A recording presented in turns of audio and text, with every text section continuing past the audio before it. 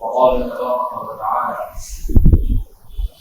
يا أيها الذين آمنوا إذا رأيتم فئة فاثبتوا واذكروا الله كثيرا لعلكم تفلحون وأطيعوا الله ورسوله. برادران اسلام، سب سے پہلے ہم رب کریم کا شکر ادا کرتے ہیں کہ جس نے ہمیں اسلام اور ایمان جیسی عظیم نعمت سے مالا دی. ایک ایسی نعمت جو اللہ رب العزت اپنے فضل خاص سے اپنے مخصوص بندوں کو عطا فرماتے ہیں، جس کو قرآن کریم میں کرتا ہے ذالک فضل اللہ یؤتیہ من یشاء، کہ یہ اللہ کا فضل ہے، وہ اپنی مرضی سے جسے چاہتا ہے عطا کرتا ہے. اللہ نے تفصیل لکھتے ہیں اللہ رب العزت ایمان اسی کو عطا فرماتے ہیں جس سے وہ راضی رہنے کا ارادہ ہے. اللہ یہ چاہتے ہیں کہ میرے اس بندے سے میں راضی ہو جاؤں تو اللہ رب العزت اسے نعمت ایمان سے مالا مال کرتے ہیں. اس کے علاوہ جتنی بھی نعمتیں، نعمت مال ہے، نعمت حسن جمال ہے، نعمت منصب ہے، یہ تمام نعمتیں ایسی ہیں جو اللہ ہر ایک کو عطا فرماتا ہے. اللہ کسی کو مان دے کر آزماتا ہے کہ یہ مان کی قدر کرتا ہے یا نہیں. اللہ کسی کو منصب دے کر آزماتا ہے کہ یہ اپنے منصب کی قدر کرتا ہے یا نہیں. مگر نعمت ایمان ایک ایسی نعمت ہے جو اللہ ایسے بندے کو عطا فرماتا ہے جس سے اللہ راضی ہونا چاہتا ہے. اسی لیے سیدنا حضرت علی کرم اللہ وجہہ رضی اللہ عنہ فرماتے ہیں کہ دنیا میں انسان کو مادی اور روحانی، ظاہری اور باطنی جتنی بھی نعمتیں دی گئی، ان نعمتوں میں سب سے عظیم نعمت ایمان. اور ایمان کی نعمت ملی، اس کا مطلب یہ ہے کہ اللہ نے بندے پر احسان کیا. ورنہ میں اور آپ جانتے ہیں جس دنیا میں اس وقت ہم جی رہے ہیں 21ویں صدی میں، اس میں روئے زمین پر انسانوں کی تعداد 800 کروڑ ہے. ان 800 کروڑ انسانوں میں کہا جاتا ہے کہ مسلمانوں کی تعداد 23%. ہم نے 25 مان لیا. کبھی 800 کو اگر کنٹرول کرو آپ تو کتنے ہوتے ہیں؟ تقریباً 200 کروڑ. اس کا مطلب یہ ہے کہ 600 کروڑ انسان اس نعمت سے معمول. تو اللہ رب العزت کا شکر ادا کرنا چاہیے کہ اللہ نے یہ نعمت ہمیں عطا فرمائی. دوسری بات اس وقت جو ہمارے پیش نظر ہے وہ یہ ہے کہ دنیا میں مسلمان اگرچہ دوسرے نمبر پر، عیسائی ان کے اپنے سروے کے مطابق 31% اور مسلمان 23%. اس کے علاوہ دنیا کی دیگر مذاہب آتے ہیں. تو دنیا میں دوسرے نمبر پر مسلمان، مگر اس کے باوجود مسلمانوں کی وہ وقعت نہیں، مسلمانوں کا وہ مقام نہیں، مسلمانوں کو وہ عزت نہیں. مسلمان مختلف قسم کے آزمائشوں اور چیلنجوں سے دوچار ہے. جیسے ہم ہندوستان میں رہتے ہیں تو ہر جگہ کے مسلمانوں کے الگ الگ چیلنجز. ہمارے چیلنجز عالم اسلام میں رہنے والے مسلمانوں سے الگ ہیں.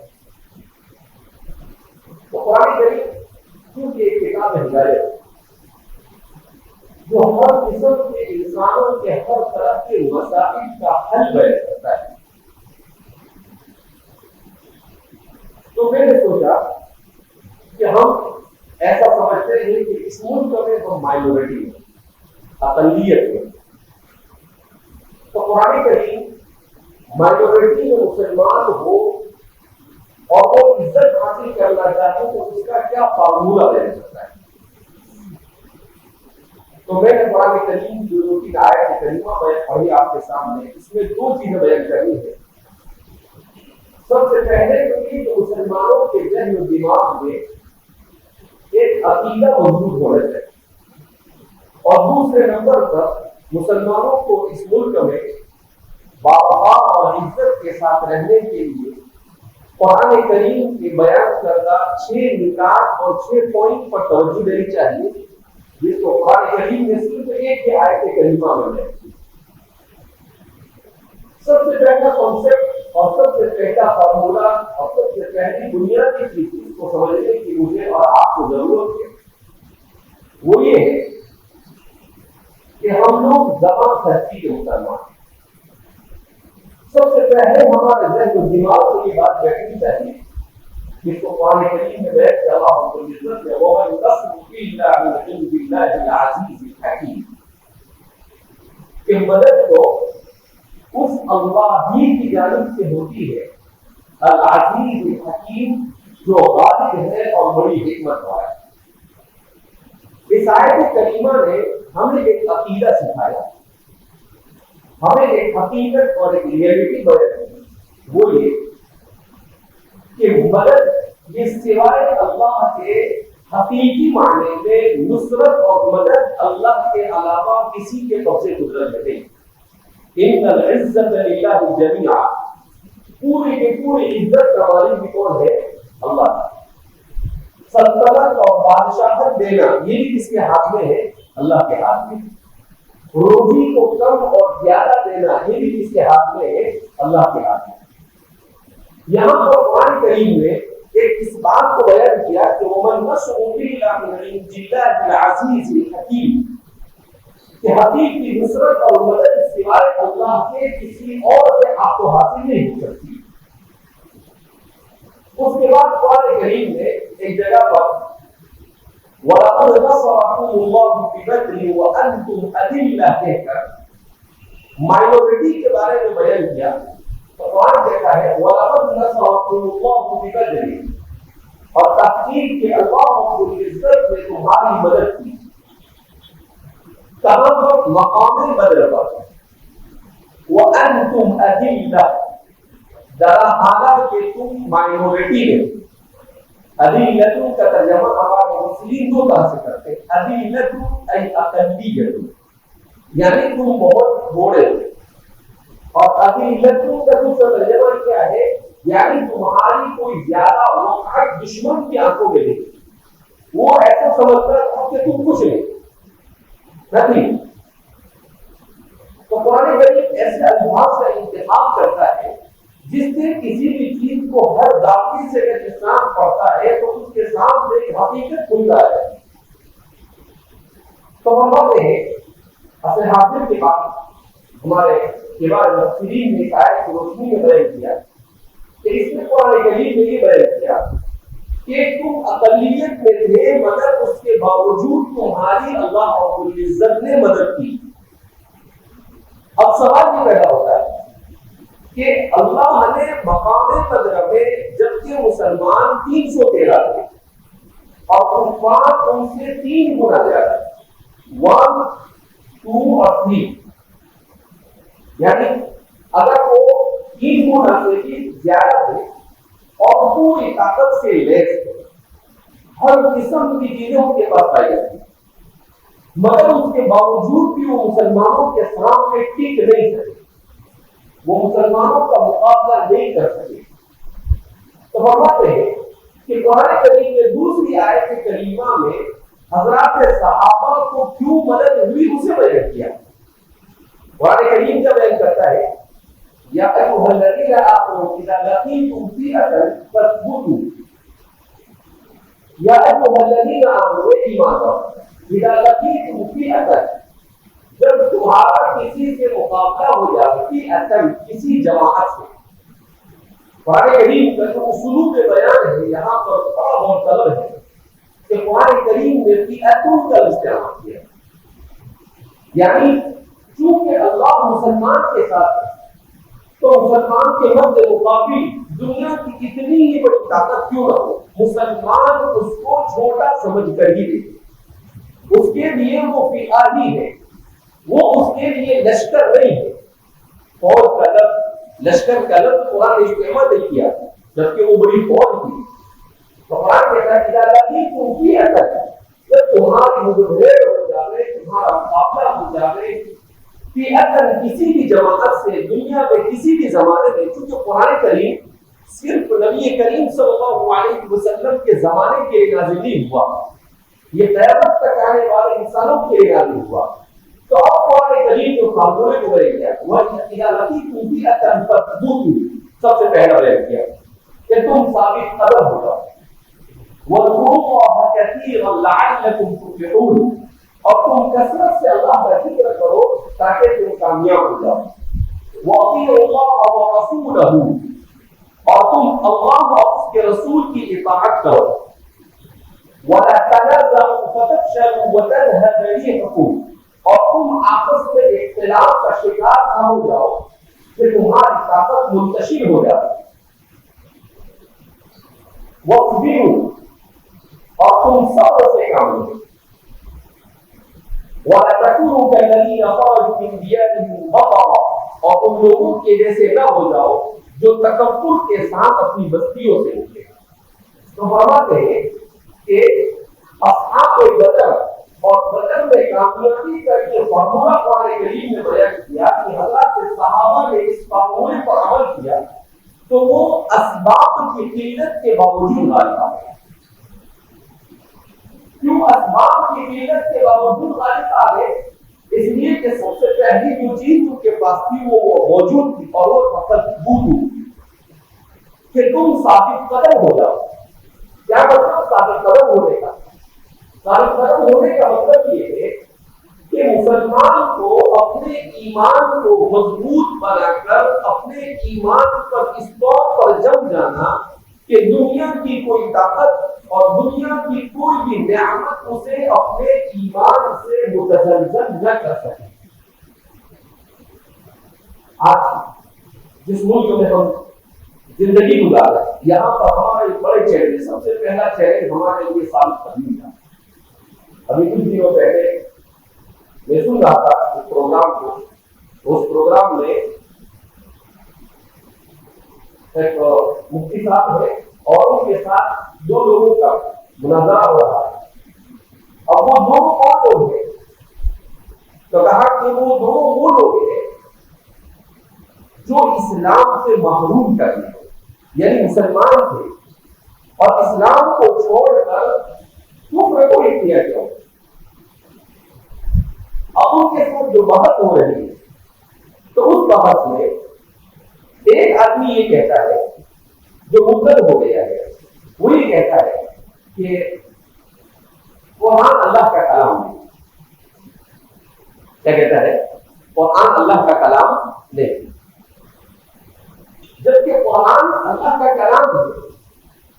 مومن تو مانتا نہیں ہے، لیکن آپ یوں سمجھو کہ 80-90% غیر مومن بھی ماننے کے لیے تیار ہے، اس کا کوئی انکار نہیں کر سکتا ہے۔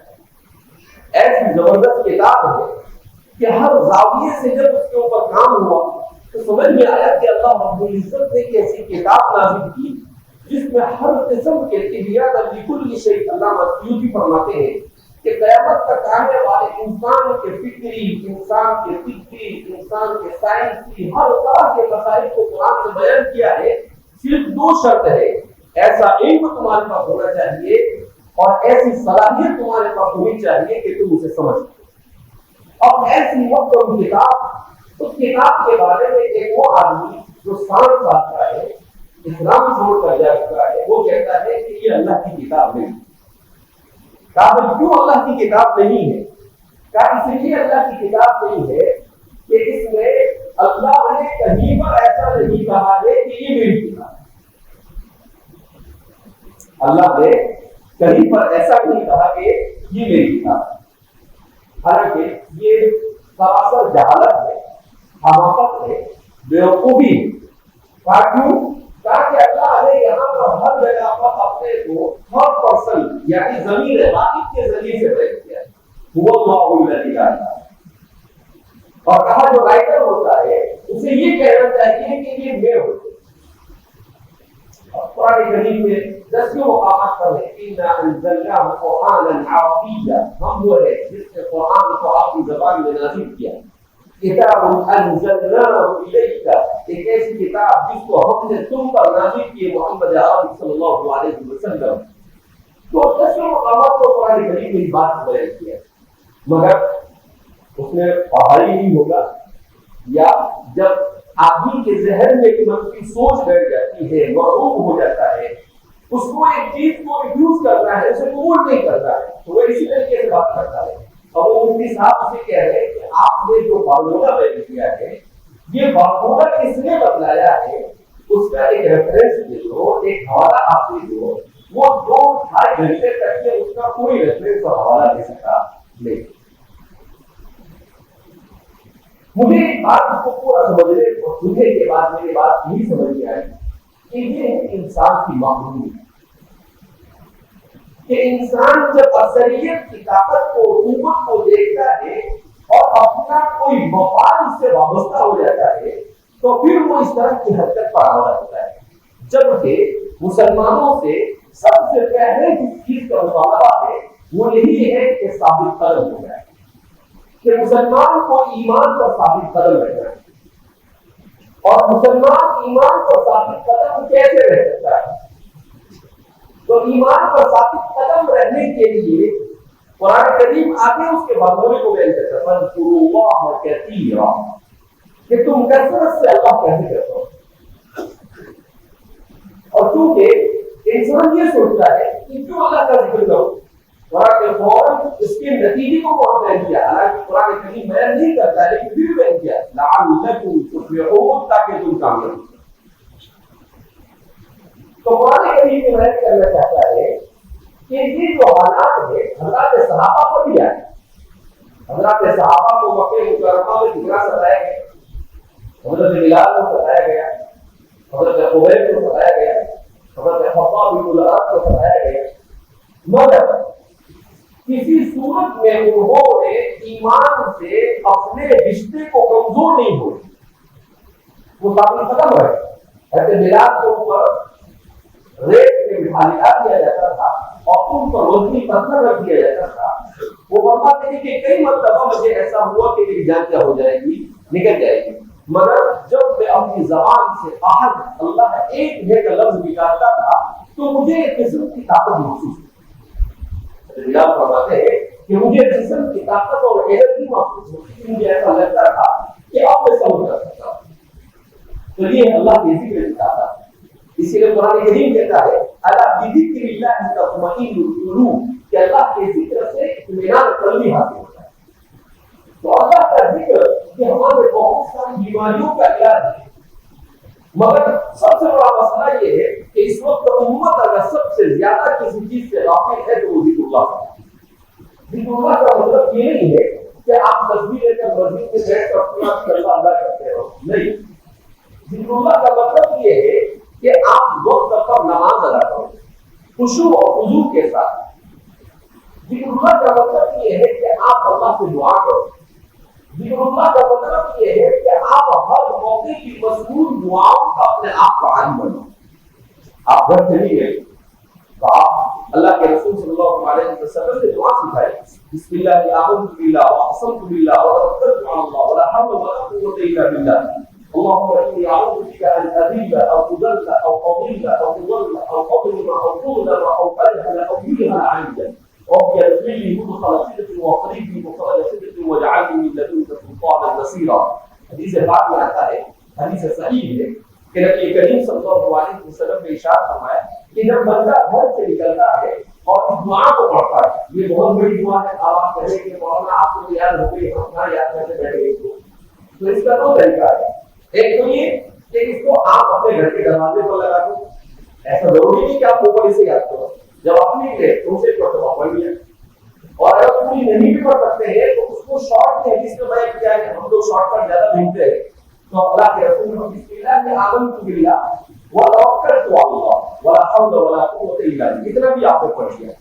تو حدیث پاک میں کہ جب بندہ ایک دعا کو پڑھتا ہے تو ایک فرشتہ اللہ کی طرف سے اس کے لیے بھیجا جاتا ہے جو یہ کہتا ہے کفیتا مدیتا وہ مدیتا، وہ فرشتہ کیا کہتا ہے اس کو کفیتا کہ اے بندے تو نے یہ دعا پڑھ دی، اللہ تیرے ہر کام کے لیے کافی ہے، وہ مدیتا اور اللہ تجھے ہر شر سے بچا دے گا،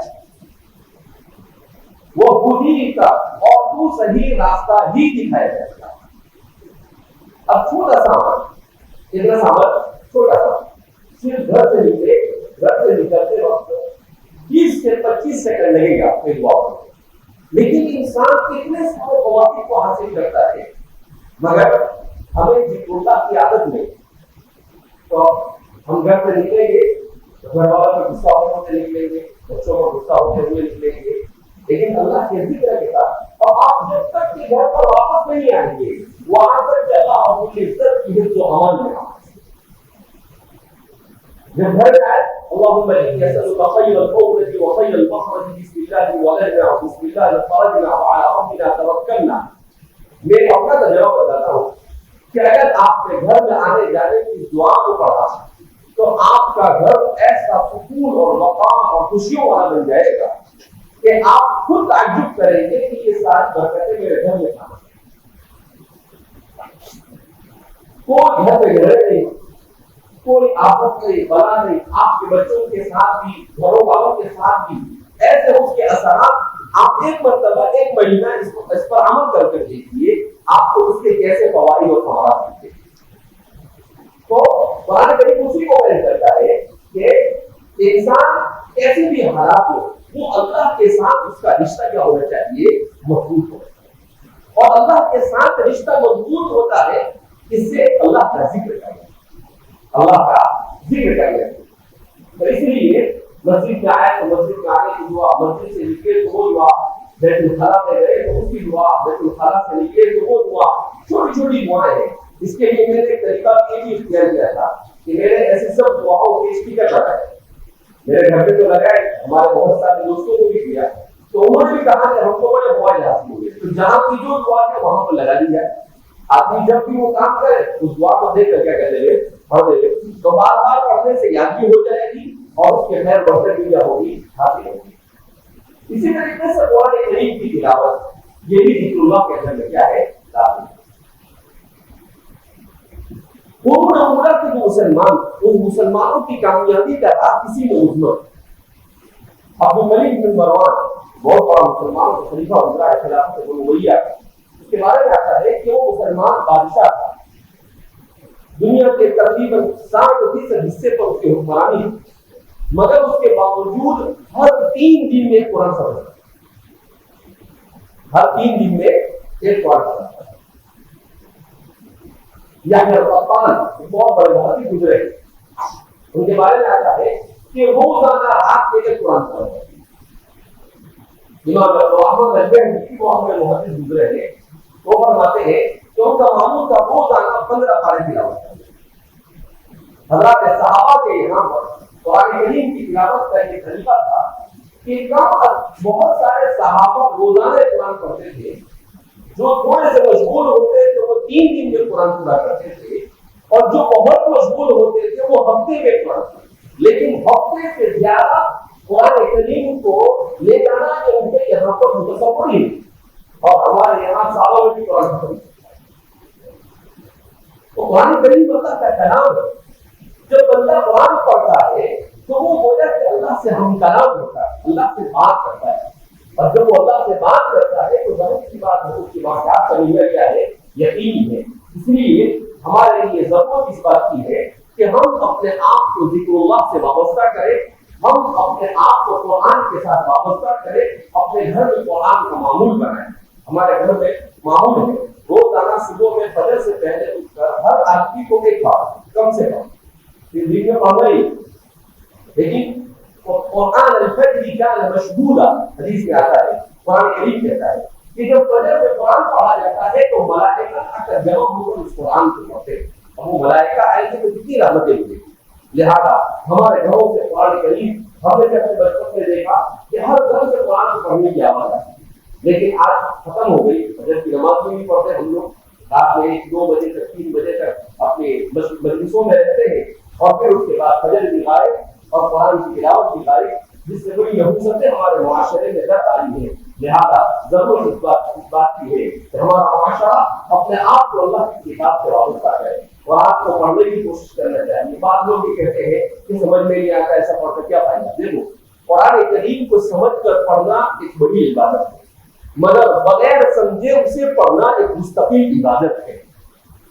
لہذا آدمی کو زیادہ اپنا دماغ نہیں دوڑنا چاہیے۔ حدیث پاک میں خود نبی کریم صلی اللہ علیہ وسلم نے ارشاد فرما دیا کہ ہر پر 10 نیکی مل جاتی ہے، ہر کلمے پر۔ حضور خود فرماتے ہیں، عبداللہ بن مسعود کی روایت ہے، لا اقول الف لام حرف لیکن الف حرف ولام حرف ومیم حرف، کہ ایک الف لام پڑھو کہ آپ کو تو 30 نیکی ملے۔ پورا الف لام ایک نہیں ہے بلکہ پورے الف لام میں 3 حرف ہے، 30۔ تو ایسے ہی جتنے کلمے پڑھیں گے اس میں جتنے حرف ہوں گے، ایک ایک حرف پر ایک نیکی، 10 نیکی ملے گی۔ لہٰذا یہ ایسی تجارت ہے جس تجارت میں کوئی خسارہ نہیں ہے، انسان کا نفع ہی نفع ہے۔ اس لیے ضرورت ہے ہماری مشکلوں سے نکلنے کے لیے ہم ایمان کا ثابت قدم ہو جائے، اللہ سے اپنے رشتے کو مضبوط کرنے کے لیے ذکر اللہ کا اپنے آپ کو دینے کے معصومہ کا اپنے آپ کو عادی بنائے، اور کریم کی تلاوت کثرت سے کرتے رہے، اور اپنے بچوں کی صحیح تربیت کی کوشش اور فکر کرے۔ اللہ رب العزت ہم سب کو کہنے سننے سے زیادہ عمل کی توفیق مرحمت فرمائے۔ اللہ ہر طرح کے چیلنجوں کا مقابلہ کرنے کی ہمیں طاقت اور قوت نصیب فرمائے، اور ایمان پر ہمیں ثابت نصیب فرمائے۔ وصلی اللہ علی نبینا محمد وعلی آلہ وصحبہ اجمعین۔